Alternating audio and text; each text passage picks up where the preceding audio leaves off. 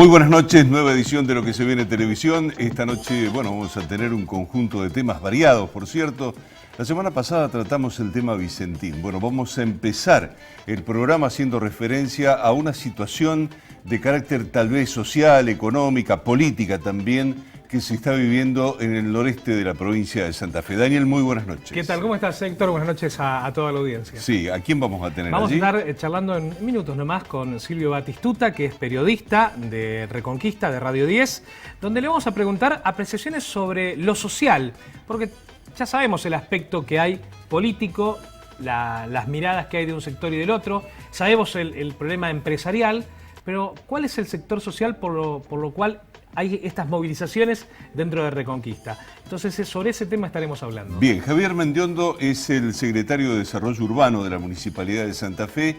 Hay un proyecto 30, digamos, por lo menos así está titulado, que se ha mandado al Consejo Municipal y que forma parte de tal vez de un cambio desde el punto de vista conceptual relacionado con el manejo del municipio, en la manera de desplazarse dentro del municipio, en la manera de convivir dentro de la ciudad de Santa Fe. Algo se hizo en la gestión anterior, recordando, por ejemplo, algunas ciclovías, por ejemplo, recordando lo que fue la obra de Blas Parera, fundamentalmente, en el sentido de darle algún grado de participación más activa o distinta al transporte público de pasajeros, que sea más ágil. Pero, en definitiva, hay una serie de conceptos también dentro del proyecto que tienen una enorme importancia. Creo que es importante destacar llevar la bicicleta al centro. Esa es una de las ideas centrales de este proyecto. Y también pensar en cómo ordenar las líneas de colectivos, cómo ordenar el tránsito. A ver, ¿es necesario estacionar en la puerta del comercio? Creo que no. Por ahí va a ir alguna de las preguntas que le vamos a estar haciendo. Bueno, y después lo vamos a tener en estudios a Miguel Irigoyen. Miguel es arquitecto, es también la persona que está a cargo de la Secretaría Académica de la Universidad Nacional del Litoral. Vaya un tema ¿no? ¿Cómo con este año, cómo se va a hacer con los alumnos para que los alumnos aprendan, por un lado? Y por otro lado, ¿cómo va a estar abierta la puerta para el año que viene en la universidad, teniendo en cuenta los problemas que tienen tradicionalmente los chicos del secundario y que van a llegar en una condición evidentemente mucho más precaria tal vez, a encarar nada más y nada menos que un paso gigantesco que es desde el secundario a la universidad? Bueno, de eso vamos a estar hablando con Miguel. Y también nos meteremos en el ámbito económico, porque siempre hablamos del ámbito económico, y en este caso, en estas horas se están definiendo situaciones importantes que refieren a la Argentina y a los acreedores de Argentina. El Fondo Monetario Internacional está testeando a ver que Argentina pueda llegar a un acuerdo. Se van a estirar 15 días más los plazos, una negociación que tendría que haber sido corta, se va a extender un poco más. Bueno, ¿y qué es lo que esto realmente puede ocasionarnos? Tiene que ver con el ámbito del dólar, tiene que ver con el ámbito de los precios internos y también de cómo vamos a pilotear lo que hay que pagar hacia adelante. Seguramente, pero hay un tema más también que vamos a conversar con Matías Batista, que es muy importante y que tiene que ver con un análisis que se ha hecho en los últimos días respecto de la situación en las villas que están en la capital federal y en la provincia de Buenos Aires, en el conurbano. Porque por un lado se está hablando de la pandemia desde el punto de vista sanitario, pero hay otra pandemia latente, ya también presente, te diría, que es la pandemia del hambre. Y desde ese punto de vista vamos a estar viendo con Matías una condición desde el punto de vista social realmente muy dramática que se está viviendo por estas horas en el AMBA. Y los últimos minutos se los vamos a dedicar a la salud. Estaremos hablando con el doctor Marcelo Albarracín. Vamos a hablar de neumonías, las neumonías. Vamos a dejar de lado un poco el COVID porque los síntomas hoy son similares. ¿Y qué hacer con esto? Y también sobre una fórmula mágica que parece ser que esa droga minimiza la situación. Bueno, vamos a ver cuánto de cierto hay en esto, para eso lo estaremos convocando. Sí, al doctor Albarracín. Albarracín. Vamos a decir en ese sentido también, por otro lado, que hay un gran miedo de la sociedad de ir a consultar qué le está pasando desde el punto de vista de la salud. Miedo a contagiarse en los lugares donde tiene que ir a verificar qué es lo que está pasando con su cuerpo. Bueno, de eso vamos a hablar también, es un tema muy importante porque en la medida en que se van retrasando las consultas, la condición general del organismo, más el encierro, más una serie de otros factores, evidentemente están jugando en contra de las condiciones de vida. Los auspicios y ya venimos.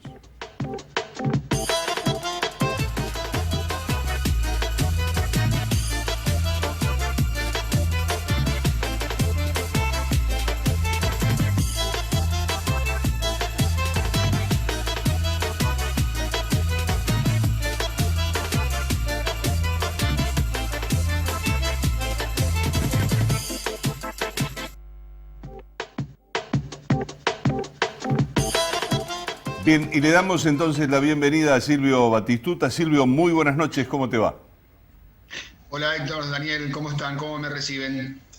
Bien, bien, te estamos recibiendo bien. Silvio, queríamos hablar con vos respecto a la situación social.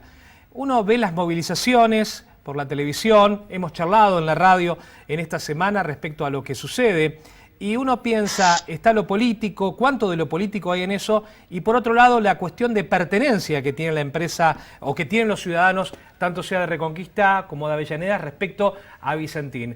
Hay algo importante que vos dijiste en la radio que también hay que tener en cuenta, que otros empresarios, porque en esa movilización camionetas de otras empresas también formaban parte de ese movimiento. Así que la pregunta sería esta, ¿qué pasa con la sociedad? ¿Cómo ve la sociedad a Vicentín? Bueno, es lo que tanto cuesta por ahí a la gente de Capital Federal, de distintos lugares del país, entender esta dinámica que se está dando. En la movilización del martes, yo manifestaba que veía vehículos de varias empresas que nos constan están en la lista de acreedores de Vicentín y estaban manifestándose en la caravana en defensa de la propiedad privada y en defensa de Vicentín. Alguien habló del mal de Estocolmo, esto de enamorarse del secuestrador, del que te está haciendo mal. Y yo ponía de ejemplo la Unión Agrícola de Avellaneda, que es acreedora, fuerte acreedora del Grupo Vicentín. La Cooperativa de Servicios Públicos de Avellaneda son acreedoras de Vicentín y sin embargo están defendiendo la historia esta de la propiedad privada. Y yo agradezco que poder hablar de esta lista fundamentalmente, porque lógicamente es una materia muy opinable, no es una cuestión científica ni matemática hablar de lo social. Cuando nace Vicentín nace porque había dos hermanos muy visionarios que entendieron que había que arrancar de alguna manera, agregándole valor a la tierra, lo que se sacaba de la tierra, ¿no? Y Vicentín crece de la mano de otras instituciones y crece de la mano de la ciudad, en definitiva. Y tuvo siempre responsabilidad social. No lo decimos ahora porque está en este brete. Lo ha hecho a lo largo de su historia. En aquel discurso del intendente Escarpín fue muy puntual. Dijo, cuántas veces fuimos a golpearle la puerta a Vicentín, siempre nos ha ayudado y nunca nos ha pedido nada a cambio. Al contrario, decían que ellos no necesitaban publicidad, la única condición es que no se dijera nada. Y en eso no se dijera nada, la gente sabe, en Avellaneda hay una escuela entera que hizo Vicentín. Hay varias cuadras asfaltadas por material de Vicentín en los barrios. Hay dispensarios que se sostienen por Vicentín. Hay en Reconquista, como área metropolitana, lo cuento, una estación eléctrica muy importante que se hizo con inversiones privadas de Proyección Electroluz y de Vicentín y del Estado provincial. Entonces, esa es la pata que por ahí la gente no alcanza a entender el porqué de tanto acompañamiento y sentido de pertenencia.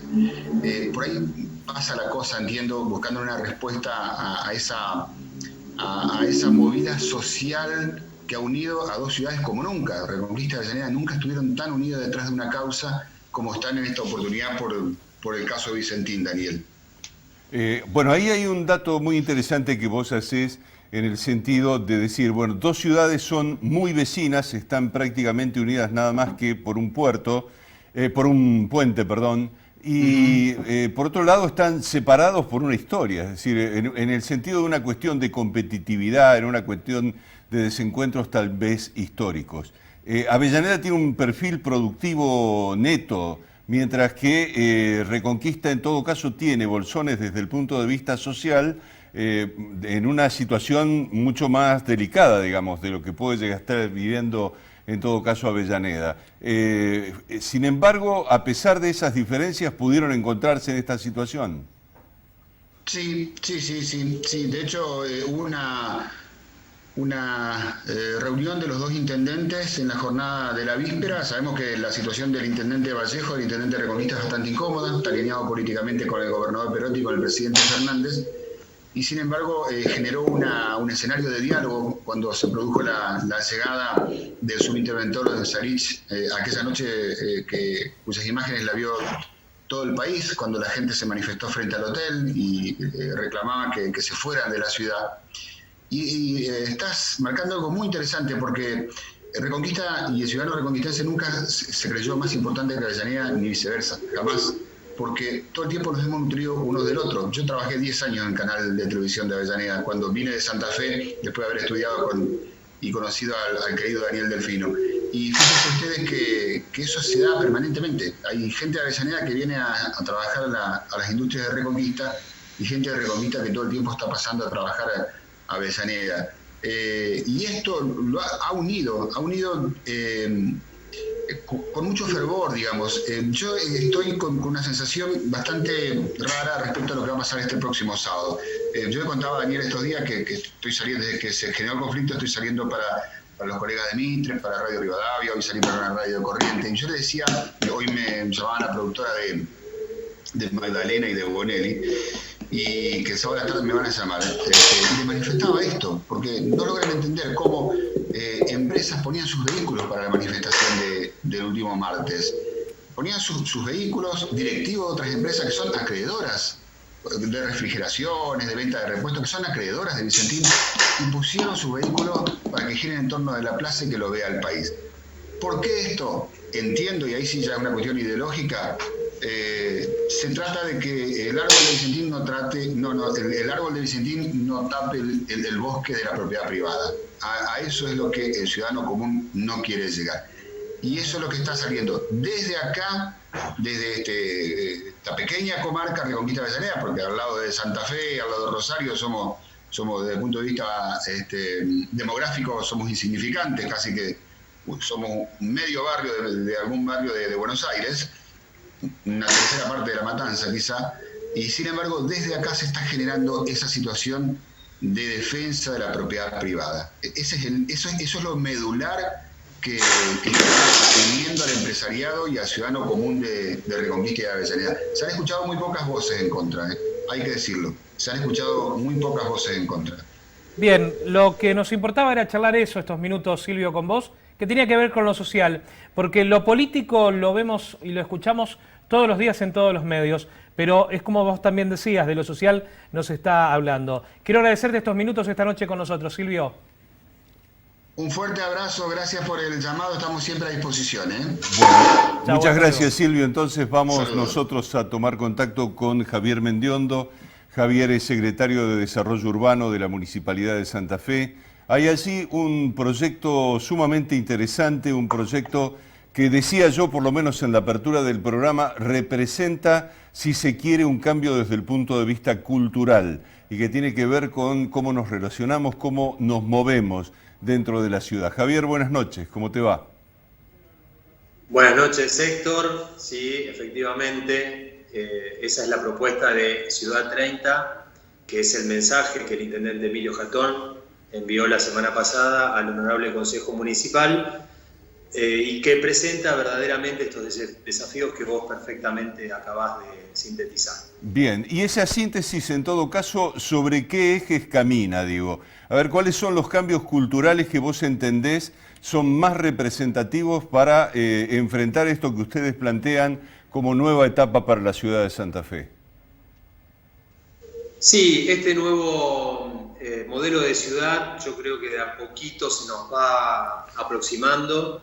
Es el desafío en el que están todas las ciudades, ya sea Santa Fe como todas las ciudades del mundo. Es un proceso que se ha acelerado con el confinamiento, con el COVID-19, que de una manera directa nos ha interpelado sobre el modo de usar la ciudad, el modo de compartir el espacio público y el modo de entender los códigos de convivencia.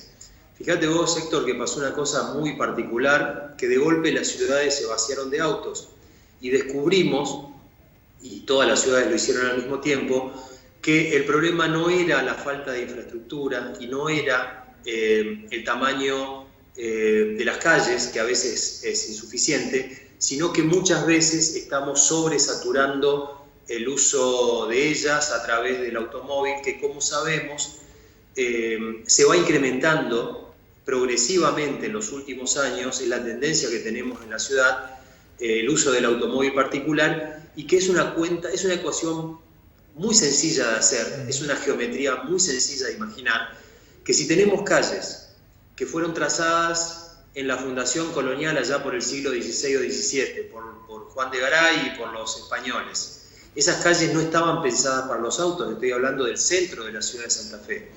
Cuando la sobresaturación y el uso indiscriminado del automóvil en esta zona no está planificada de la manera adecuada, es indefectible que nos estamos acercando a un colapso que va a suceder muy próximamente. Por lo tanto, el proyecto de Ciudad 30, el mensaje enviado al Consejo, incluye una serie de medidas que tienen como objetivo garantizar la caminabilidad y el uso a través de bicicletas de toda el área central, tratando de favorecer estos medios de movilidad que sabemos que no solamente son beneficiosos para la salud, sino que también son muy beneficiosos para el medio ambiente.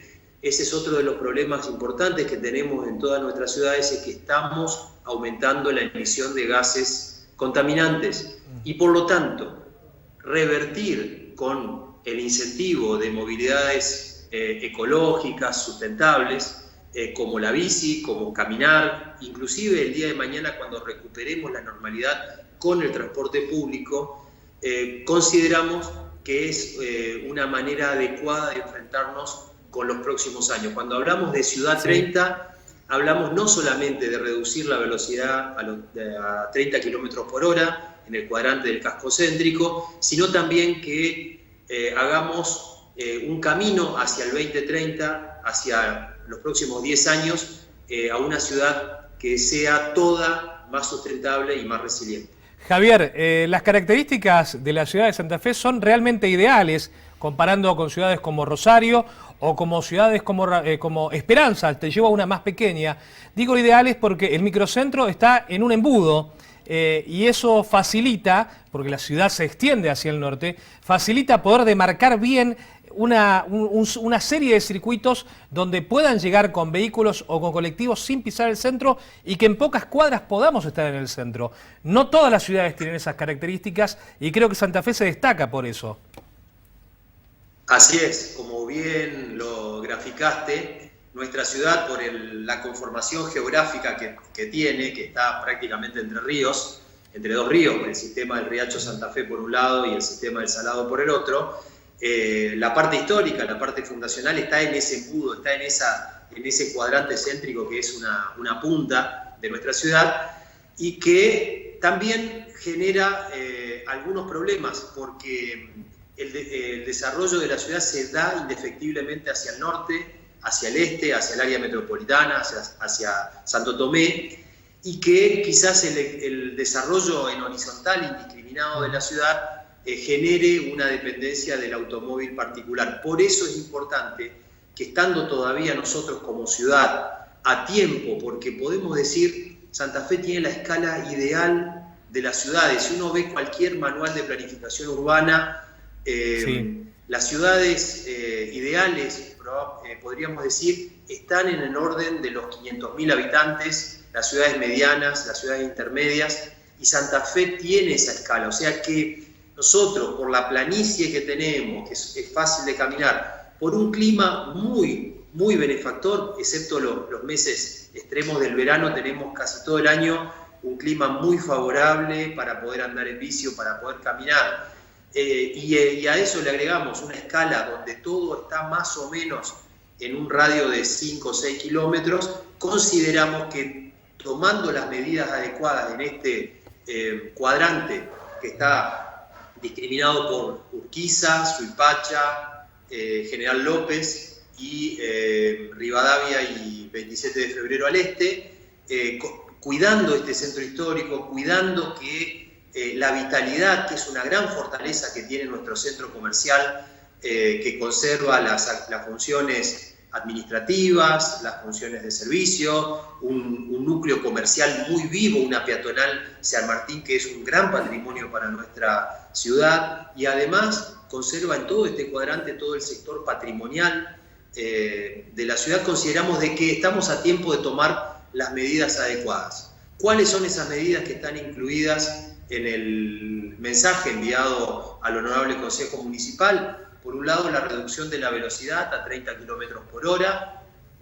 Por otro lado, facilitar y favorecer el uso de la bici a través de dos medidas, que es estacionamientos cubiertos o semicubiertos en los edificios públicos de este sector y favorecer el estacionamiento en las playas de estacionamiento de manera tal que a quien venga en bicicleta al centro, el costo de guardar una bicicleta en una playa de estacionamiento cueste lo mismo que 2 pasajes de colectivo, hoy serían 56 pesos, y además agregar el trazado de una ciclovía por Urquiza, que es uno de los límites, podríamos decir, de este cuadrante en el marco de un pacto de la movilidad y en el marco de un sistema de ciclovías para toda la ciudad. A eso agregar una cosa interesante, que es el tema del estacionamiento medido. Hemos incluido en el mensaje la posibilidad de que se regule el estacionamiento medido en función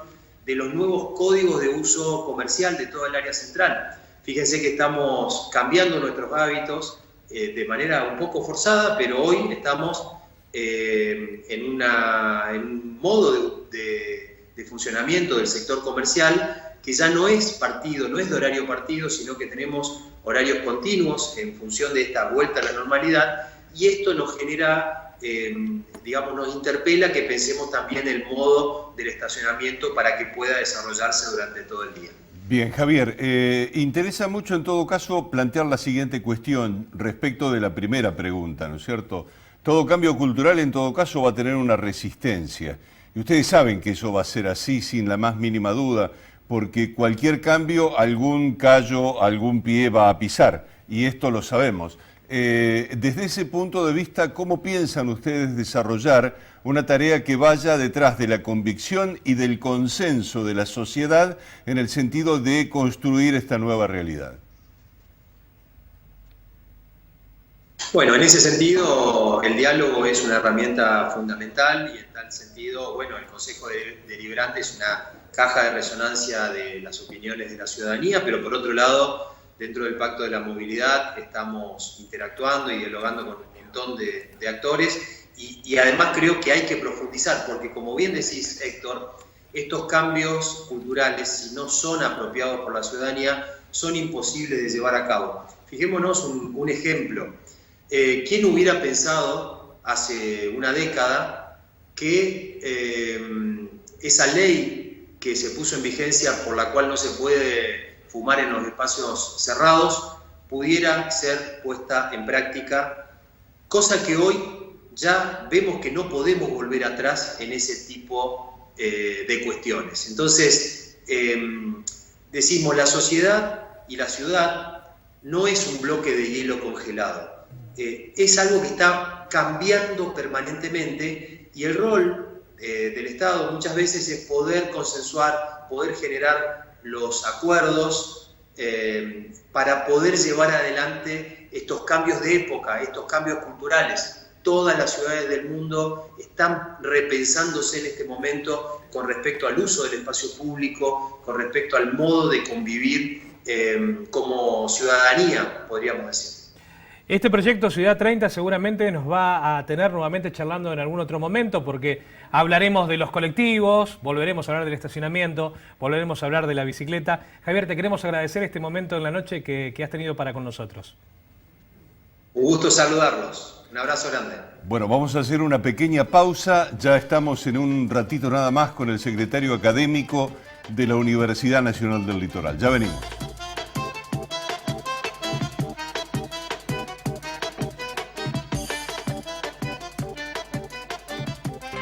El Consejo Profesional de Ciencias Económicas tiene a disposición un servicio que permite verificar la habilitación para el ejercicio profesional. Consulte ingresando a www.cpn.org.ar. Consejo Profesional de Ciencias Económicas, en defensa del ejercicio legal de la profesión. La democracia se construye desde el diálogo y la participación. Cámara de Diputados de la provincia de Santa Fe. Somos la empresa inmobiliaria con más experiencia. Seguimos haciendo realidad sus más preciados proyectos. Guastavino e Inver, su inmobiliaria de confianza en Santa Fe y Santo Tomé. En el Mercado Norte encontrás más de 170 variedades de quesos, fiambres y delicatessen. Almacén de Quesos es un lugar único. Almacén de Quesos, puestos 20 y 21 del Mercado Norte, Urquiza y Santiago del Estero.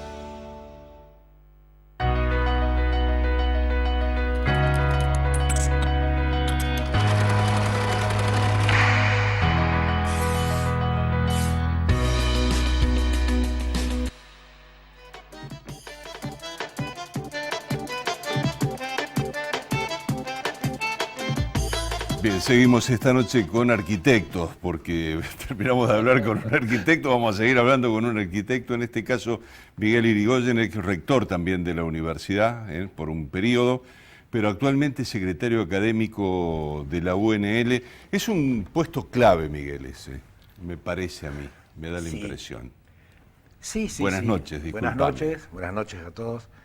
Desde ya que es un puesto clave y cuando ocurren cosas como las que están pasando, que se complican mucho las condiciones usuales para desempeñar probablemente la más visible de las misiones universitarias, como es la de formar jóvenes, realmente ahí se pone de manifiesto esa centralidad.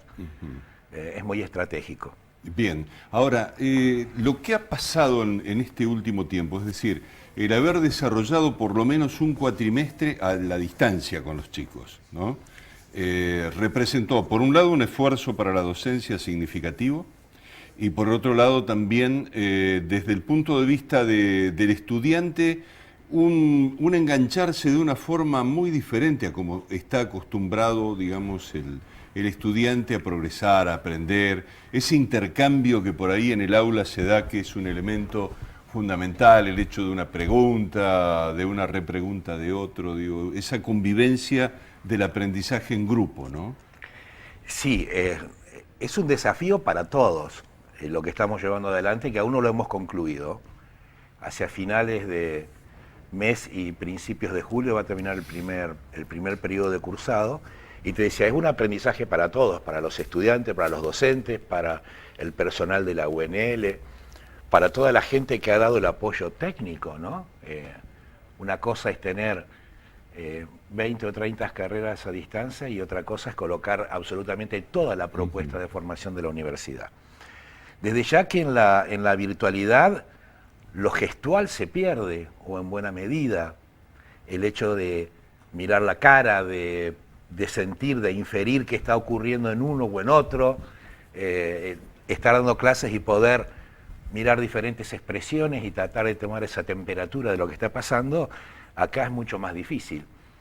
Pero fue el único modo que teníamos de garantizar el derecho a la educación, que nuestro principal cometido es un derecho constitucional y es nuestra principal misión. Tampoco nos podíamos cruzar de brazos ante la dificultad, ¿no? Y ante el desafío que significó poner en marcha esto finales de marzo y de hecho, como acción concreta primeros días de abril. Así que insisto con que es un aprendizaje, todos los días estamos descubriendo cosas. Hay una cuestión pendiente, que son los exámenes. Sí. Yo diría que eso además representa una innovación dentro de lo que es la distancia, dentro de lo que es el proceso de tomar distancia para aprender. El examen es otra cosa, es otra cuestión, digamos, otro desafío distinto, porque ahí es directamente una evaluación y por otro lado uno supongo tiene que hablar de una cuestión de confidencialidad, si se quiere, en el vínculo entre el profesor y el alumno, en la confianza también respecto del ámbito en donde el alumno está. Digo, todo un desafío. Sí, desde luego que transcurrido un lapso de tiempo con esta modalidad, llamada a distancia cuando realmente el problema era a distancia. Hoy a lo mejor nuestros alumnos los tenés a la vuelta de tu casa. La distancia está puesto que el medio es virtual. Posteriormente se empezó a pensar, bueno, ¿cómo vamos a hacer las evaluaciones? Y no es que no existan experiencias y que no se hayan practicado, ensayado y mejorado sistemas de evaluación. Siempre persisten algunas cuestiones que dejan dudas, la autenticidad, la identidad del que está rindiendo, y algunas cuestiones que indefectiblemente hay que confiar en que ellos así, o tomar todos los recaudos posibles, pero no hay un modo biométrico de tener garantizado que quien está respondiendo un examen o un cuestionario o está elaborando un trabajo sea quien dice ser. Transcurrido el tiempo, como te decía, después de estudiarlo mejor, de asesorarnos, de escuchar las experiencias que existen, estamos transitando, te diría, un camino de trabajar sobre una norma que permita los exámenes virtuales, presenciales, si es que se establece un protocolo para la provincia tal cual fue autorizado por Jefatura de Gabinete, o mixtos. Mixtos en el sentido que un alumno pueda concurrir, si se dan todas las garantías exigibles, a una instalación de la universidad, que no necesariamente tiene que ser su facultad, que puede ser el Centro Universitario Reconquista Avellaneda, y desde allí realizar un examen virtual en sede de la universidad. También estamos pensando en otras instituciones con quienes se pueda convenir específicamente para esta circunstancia. O sea, estamos abriendo un panorama bastante amplio de alternativas que sí, las facultades deberán evaluar de forma más pormenorizada para ver qué asignaturas se ajustan a las posibilidades de cada sistema. Sí, por supuesto que una evaluación respecto de lo hecho hasta ahora es bastante difícil de poder comprobarlo, fundamentalmente porque faltan los exámenes, digo, en cuanto a la calidad educativa, ¿no? Que sí, creo que hay una alternativa que es muy importante, y es cuando se evalúa no un objeto o un hecho concreto único, sino que se evalúa un proceso, un proceso temporal. Entonces, evaluar procesos es lo más, te diría, pertinente para este sistema, porque te permite ir conociendo la evolución en el tiempo, en diferentes circunstancias, o incremento de complejidad o de profundidad sobre algo. El examen, como uno lo conoció históricamente, que prácticamente en muchos casos y durante muchísimos años el examen libre fue central en nuestra universidad, evidentemente ahí te ofrece muchas más dudas, ¿no? De todos modos vamos a tener seguramente ambas situaciones, porque también hay que entender que el estudiante está haciendo un esfuerzo muy grande. Están estresados muchos de ellos porque esto también es nuevo. Sí, tienen que poder involucrarse también. Sí. Yo creo que ese es el primer paso, nada más y nada menos. En general la percepción que tenemos y los indicios e indicadores concretos es que hay un fuerte involucramiento. Creo que los estudiantes son plenamente conscientes del momento en el que estamos y de la importancia que es el transcurrir del tiempo y no desperdiciarlo más en este contexto donde muchos de ellos tampoco, si compartían estudios con trabajo, muchos de ellos no están realizando tareas, no están trabajando, en fin. Es realmente un momento difícil, y no te olvides que nosotros lo que hicimos fue replicar en la virtualidad lo que es presencial, o sea que ellos están cursando varias asignaturas en simultáneo. Si uno tuviese que diseñar un sistema virtual de cero, es probable que recurra a otra modalidad, que es enfocarte de forma intensiva a una unidad o a una asignatura, luego a otra. Acá se están cursando todas simultáneamente. Claro, tenés que contar con una disponibilidad de todo el plantel, contás con todo el plantel de profesores. Sí, y también tenemos que contar con herramientas técnicas y con conectividad, que suele ser un problema la correlatividad serio de las materias, en fin, una serie de cuestiones. De todos modos, esto lo estamos entendiendo en el contexto por el que estamos transitando. Esto es excepcional. estamos pensando y aprobando normas que son para esta situación de contexto, para esta situación excepcional, que luego obviamente no van a tener más vigencia. Ahora, una cuestión interesantísima, me parece, en todo caso, conversar contigo, es la siguiente. Hay una experiencia, por lo menos en la camada que recién termina de ingresar a la universidad, que si ya era un trauma ingresar a la universidad, ingresar en estas condiciones y Mucho poder más. establecer ese vínculo, esa cuestión, en todo caso, la cuestión de la universidad tiene un aspecto social desde el punto de vista de que el chico pisa la universidad, que es muy importante en la vida de los chicos. Y simbólico. Y simbólico. A la angustia de cambiar de sistema, a las dudas vocacionales que todos tuvimos, o casi todos, Sí, le está sumando la dificultad sí. de no poder asistir, de no conocer a tus docentes, de no poder mirarle la cara, de no compartir con amigos, con compañeros. Por supuesto que es una pérdida grande. Yo creo personalmente, y lo comparten muchísimos actores universitarios, que tenemos que prestar mucha atención tanto a los que están empezando en primer año, como a aquellos que están a punto de recibirse. Claro, los dos extremos. Claro, porque con el grueso del trecho medio de las carreras, suponemos que tendremos circunstancias posteriores donde se podrán apelar a diferentes mecanismos y se deben recuperar cuestiones que no quedaron debidamente asentadas o de manera sólida, pero el problema del alumno de primer año es que si la deserción histórica en el sistema universitario es muy fuerte en primer año, todo esto le agrega mayor complejidad y tenemos que contenerlos. Claro, es como si vos tuvieses un tejido que hay que curarlo.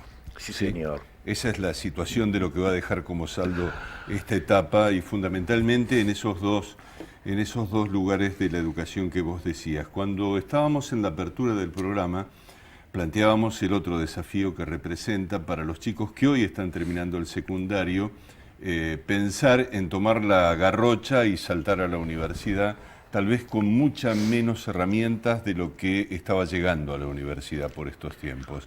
Dificultad que no es nueva, porque incluso con la gente que te ha antecedido en el cargo, yo he hablado con varios de ellos, Eppelbaum, en fin, recuerdo, digamos, algunas personas que estuvieron a cargo de tu gestión, y siempre había una preocupación en ese sentido y siempre había un recurso, una herramienta para poder superarlo, ¿no?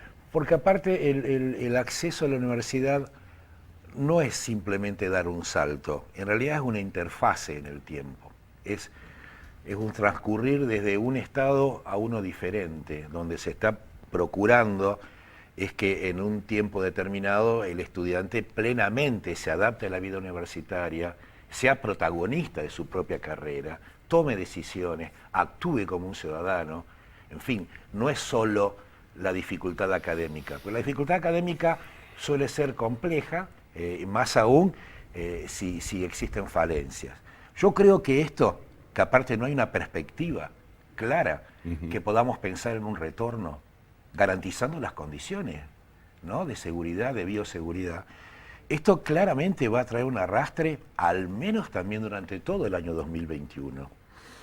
Ya lo dijo el ministro de Educación de la Nación, veremos qué hacemos con los estudiantes de quinto año en el inicio del 2021. Con lo cual es muy probable que debamos reprogramar todo el ciclo lectivo del año que viene, no solo por arrastrar cuestiones de este año que no se pueden resolver.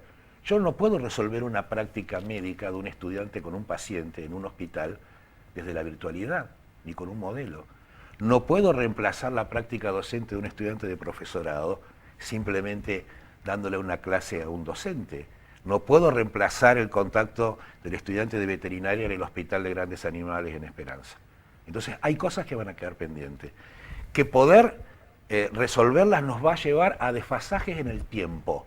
Aquello que uno estaba acostumbrado, que se daba en un cuatrimestre, es probable que haya arrastres que debamos considerar como una condición excepcional y dar una salida para adelante. Y todo esto va a llevar a que de algún modo coloquemos cierta presión al ciclo lectivo 2021. Sí, y con el desafío por ahí, uno habla en todo caso de suponer que va a haber un mundo distinto, de eso se habla genéricamente. Pero fundamentalmente uno dice, en ese mundo distinto, tal vez la preparación, la capacitación y la especialización en algunas de las carreras va a tener que hacer un giro y va a tener que, en todo caso, encontrar un camino más adecuado a lo que se venga, ¿no? Que no es tan sencillo de poder definirlo. No, cambios seguramente todo esto va a traer. Seguro. Por otro lado, el esfuerzo de este año seguramente lo vamos a capitalizar porque se ha producido muchísimo material didáctico, se ha indagado en otras tecnologías.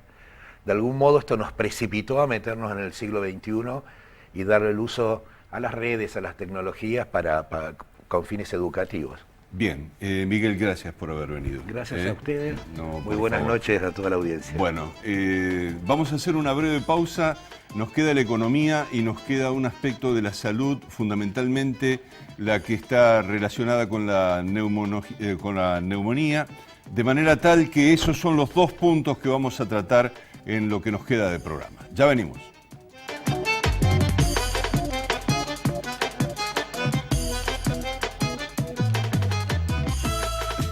Somos la empresa inmobiliaria con más experiencia. Seguimos haciendo realidad sus más preciados proyectos. Guastavino e Inver, su inmobiliaria de confianza en Santa Fe y Santo Tomé. En el Mercado Norte encontrás más de 170 variedades de quesos, fiambres y delicatessen. Almacén de Quesos es un lugar único. Almacén de Quesos, puestos 20 y 21 del Mercado Norte, Urquiza y Santiago del Estero. La democracia se construye desde el diálogo y la participación. Cámara de Diputados de la Provincia de Santa Fe.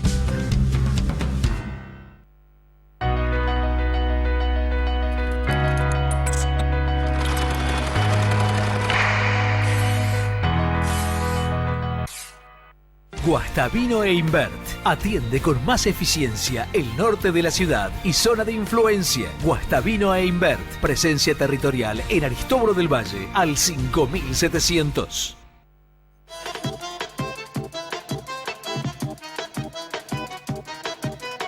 Bien, supongo que estamos con Matías Batista en contacto. Mati, muy buenas noches, ¿cómo te va? ¿Qué tal, Héctor, Daniel? ¿Me escuchan bien? Sí, te escuchamos bien. ¿Qué tal? ¿Cómo estás, Mati? Bueno, horas decisivas estamos viviendo respecto a lo que tiene que ver con los acreedores de la Argentina. No se van a poner de acuerdo y todo se extendería 15 días más. ¿En qué nos afecta estos 15 días, más allá de que el dólar haya subido ya un poco? Bueno, depende de si después tendremos acuerdo o no tendremos acuerdo. La verdad es que este golpe circunstancial que estamos teniendo, es que se está viendo muy fuerte en el mercado de valores en estos días, particularmente hoy, bueno, genera un clima de tensión que se traslada al dólar, que se traslada a costos a un montón de empresas de la Argentina, que obviamente están viendo cómo el impacto de esta decisión, que no llega, hace tiempo que estamos tratando de acordar con los fondos internacionales y no logramos acuerdo, bueno, esta decisión que se viene posponiendo empieza a hacerse notar en las decisiones cotidianas de un montón de empresas y un montón de instituciones financieras que están sufriendo las consecuencias de lo que está ocurriendo, ¿no? Un dólar paralelo que crece, bueno, el aprovisionamiento de materias primas que muchas veces es en dólares y ese dólar se va corriendo. La verdad que la situación es difícil y complicada. Bien, Mati, escucha, la gente que en todo caso está de acuerdo con el actual Poder Ejecutivo Nacional plantea tal vez una hipótesis de optimismo por el optimismo mismo. Y la oposición se ha refugiado fundamentalmente en el pesimismo, en decir todo lo que viene, todo el futuro es absolutamente negro, acá realmente vamos a vivir un verdadero desastre. ¿En qué lugar crees vos que está la posibilidad de analizar el futuro? Bueno, lo ideal es buscar siempre un equilibrio. Yo trato siempre de pensar equilibradamente, cuando trato de hablar de economía trato de despojarme del fanatismo o del conocimiento o de la simpatía que uno puede tener por un espacio político, otros por decisiones de un espacio político u otro. La Argentina está muy atravesada por las discusiones políticas de nuevo, nos habíamos unido en algún momento y ahora estamos atravesados de nuevo por esas discusiones políticas que son muy fuertes y que son históricas en la Argentina. Dicho esto, yo creo que tenemos un escenario muy complicado por delante.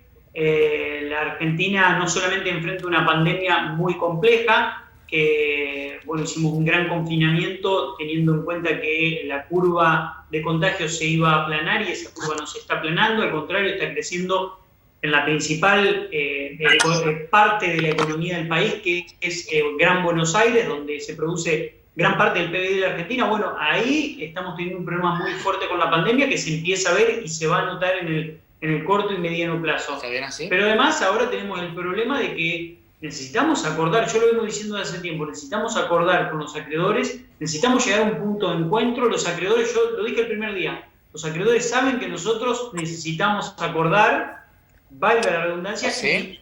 y la pelota está en nuestra cancha. Nosotros tenemos que resolver si decidimos acordar o si decidimos entrar en un default. Y la Argentina no puede entrar en un default porque no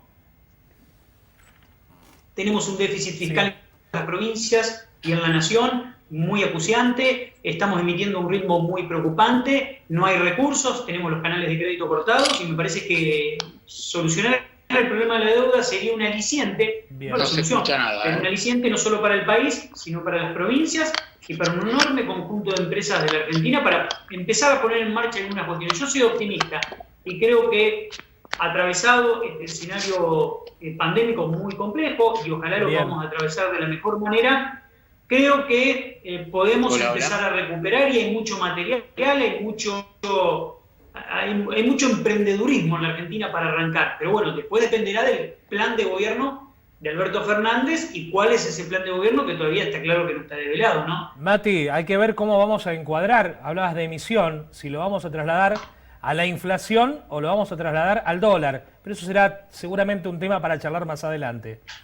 Te pregunto la última cuestión, Matías.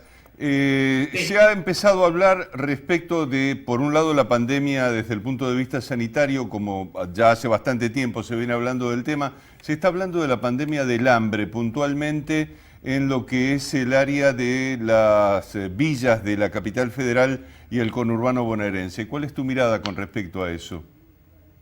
Bueno, la verdad es que es muy delicada la situación. La Organización de Naciones Unidas emitió un informe sobre la situación del hambre, no de la pobreza en toda Latinoamérica. Obviamente el impacto también en la Argentina es muy fuerte porque estamos en una situación muy endeble en lo que es Latinoamérica. Se habla de que el año pasado en situación de hambre había 3,5 millones de personas y hoy hay 14 millones de personas. Se multiplicó por 4 el hambre en Latinoamérica.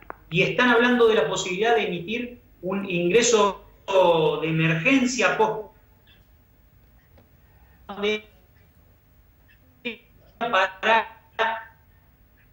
y contribuir a solucionar o a paliar de alguna manera este gran problema. Puntualmente, en Buenos Aires, Mati, es muy compleja la situación. Tenemos unos pequeños inconvenientes. Desde el punto de vista de la comunicación. De una cuestión técnica. Bueno, gracias Matías, y le damos la bienvenida al doctor Marcelo Albarracín, neumonólogo. Doctor, muy buenas noches, ¿cómo le va? Hola. Sí, ¿nos está escuchando, doctor Albarracín? Buenas noches. ¿Cómo le va? ¿Nos está escuchando usted? Doctor Albarracín, muy buenas noches, ¿cómo le va? Estamos en contacto con un neumonólogo, es el doctor Marcelo Albarracín, y seguramente debe estar con algún problema en el audio de la computadora, ¿no?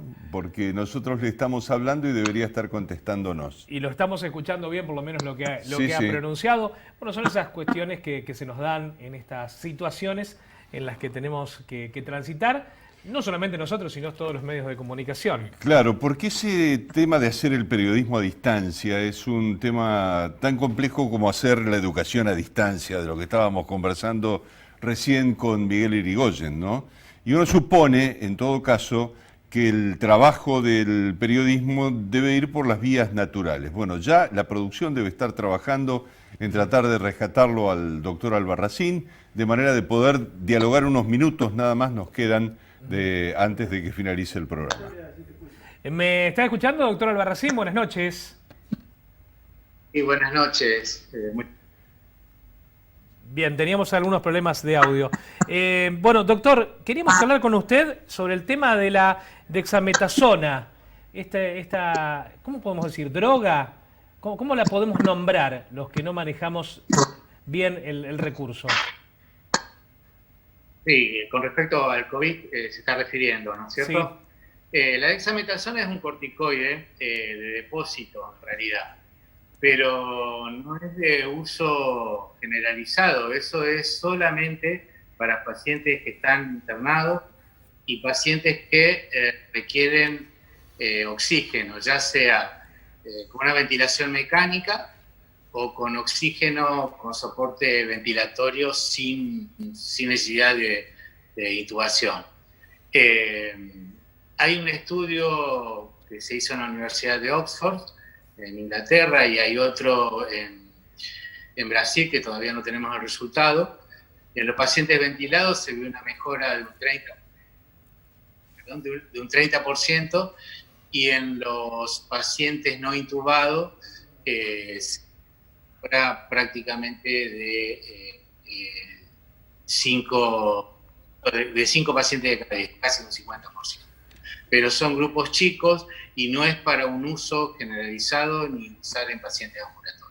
Bien, doctor Albarracín, más allá de esta circunstancia, yo creo que en todo caso la conversación con usted es una conversación clave, teniendo en cuenta que su especialidad es prácticamente la matriz a partir de la cual la medicina puede actuar frente al COVID, o por lo menos ustedes están en un primerísimo plano. ¿Qué está pasando con el resto de los pacientes que no tienen COVID pero tienen problemas respiratorios por estos días?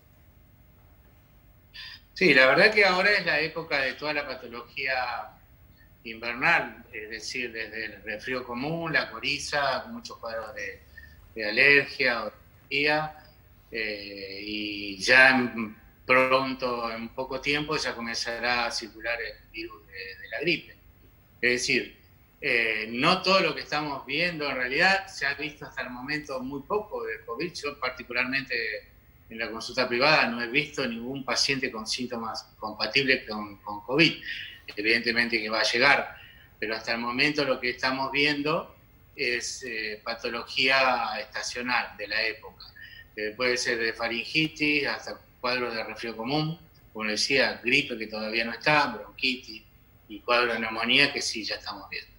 La gente tiene mucho temor, claro. Las patologías son distintas, cada vez se va ampliando más respecto al COVID, pérdida del olfato, pérdida del gusto, más allá del dolor de garganta, y genera temor. La gente empieza a tener eso y genera temor, y empiezan a consultar, o algunos no están consultando, y creo que lo importante es sacar ese temor e informarnos. Por eso es la charla que tenemos esta noche con usted. La pregunta que le quiero hacer es respecto a la estadística que usted tiene de un año anterior. ¿Cómo estamos andando este año respecto a enfermedades respiratorias? Mire, por todo este tema de la pandemia, la verdad que sirvió no solo para el COVID, sino para todas las otras patologías respiratorias que están en realidad retrasadas. Normalmente nosotros después de la segunda semana de junio empezamos a verlo, y esto sí, por todas las medidas que se han tomado, pero no solo por el COVID, porque esto sirve para todos los cuadros virales, para cuadros bacterianos, para tuberculosis. En realidad, si hay algo que sirve en las pandemias, es realmente para esto. Es para tomar conciencia de que de maniobras muy simples, como lavarse las manos, el distanciamiento social, plegar el codo cuando uno tose o estornuda. O sea, todo eso lo que ha hecho es retrasar toda la presentación de esto. Evidentemente que todo esto va a venir porque es imposible detener a un cuadro viral. Y esto hay varios tipos, pero este es un tipo de virus de ARN que toma, entra a la célula, de ahí se empieza a replicar, a multiplicar, pero bueno, esto todavía no lo estamos viendo con importancia o con asiduidad como está pasando en Capital o en el AMBA, en realidad. Bien. Todavía no. Doctor, le quiero preguntar desde ese punto de vista, ¿qué es lo que usted piensa, llegado en todo caso el virus a la ciudad de Santa Fe? ¿Cuál puede llegar a ser su evolución y en todo caso cuánto tiempo vamos a tener que convivir con el virus en Santa Fe? ¿Qué piensa usted que puede llegar a pasar en ese sentido? Sí, todavía en realidad uno debería regirse lo que pasa en otros lados del mundo. En realidad, una vez que llegue, lo que uno realmente espera es que la tasa de letalidad de esto vaya disminuyendo, como ha pasado con otros virus. En realidad, con el SARS en el año 2003, que también se esperaba así, el índice, la patogenicidad del virus fue disminuyendo. La tasa de letalidad, en realidad, lo que hay que dejarle en claro que yo creo que la gente tiene que perder el temor. En realidad, de 100 pacientes que van a tener esto, el 95 o 96 no van a tener complicaciones. Solamente lo que van a tener complicaciones son, en realidad, el 4,7 al 5 o el 4% de toda la población. Es decir, ¿y quiénes van a ser los más expuestos? Ya lo sabemos, pacientes que tengan alguna enfermedad comórbida que llamamos, o que estén recibiendo un tratamiento con supresores, pacientes con cáncer, pacientes con enfermedades del colágeno, artritis reumatoidea, lupus. En realidad, tenemos un grupo de pacientes que si una suma por hipertensión, insuficiencia cardíaca, que tengan un problema renal, que estén en diálisis y demás, son pacientes que son mucho más expuestos. Con lo cual, con esos pacientes nosotros, obviamente que los inmunizamos, ya la mayoría de los pacientes ya están inmunizados, esperando esto.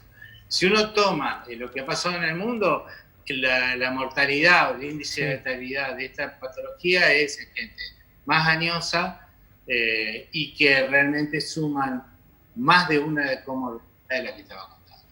Ahora, con respecto al tiempo, eso puede ser, como le digo, lo que uno espera y estamos ansiando es que la letalidad de este virus vaya disminuyendo. Eso no lo sabemos. Puede aumentar, pero lo que sí quiero que la gente tenga claro que esto no hay que, porque el miedo paraliza, no es bueno. Lo que sí aconsejamos, que si los pacientes realmente no tienen síntomas, porque hay muchos síntomas, como le decía, de la patología estacional, que puede confundir, pueden tener garganta, pueden tener fiebre, pueden tener temperatura, y eso no necesariamente tiene que ver con COVID. Hasta el dengue mismo, que es mucho más común ahora, y mucho más mortalidad tiene el dengue en Santa Fe que el COVID. Doctor Albarracín, gracias. Muy interesante la charla con ustedes esta noche. Muchísimas gracias por atendernos. Muchas gracias a ustedes, muy amable. Bueno, muy bien. Bien. Daniel, llegamos final del programa. ¿Cuántos temas sí. En una hora? Creo que... haciendo el esfuerzo, bueno, todo entró dentro de la hora de duración de nuestro programa. Le decimos muy buenas noches a todos. Nos encontramos la semana que viene. Muchísimas gracias.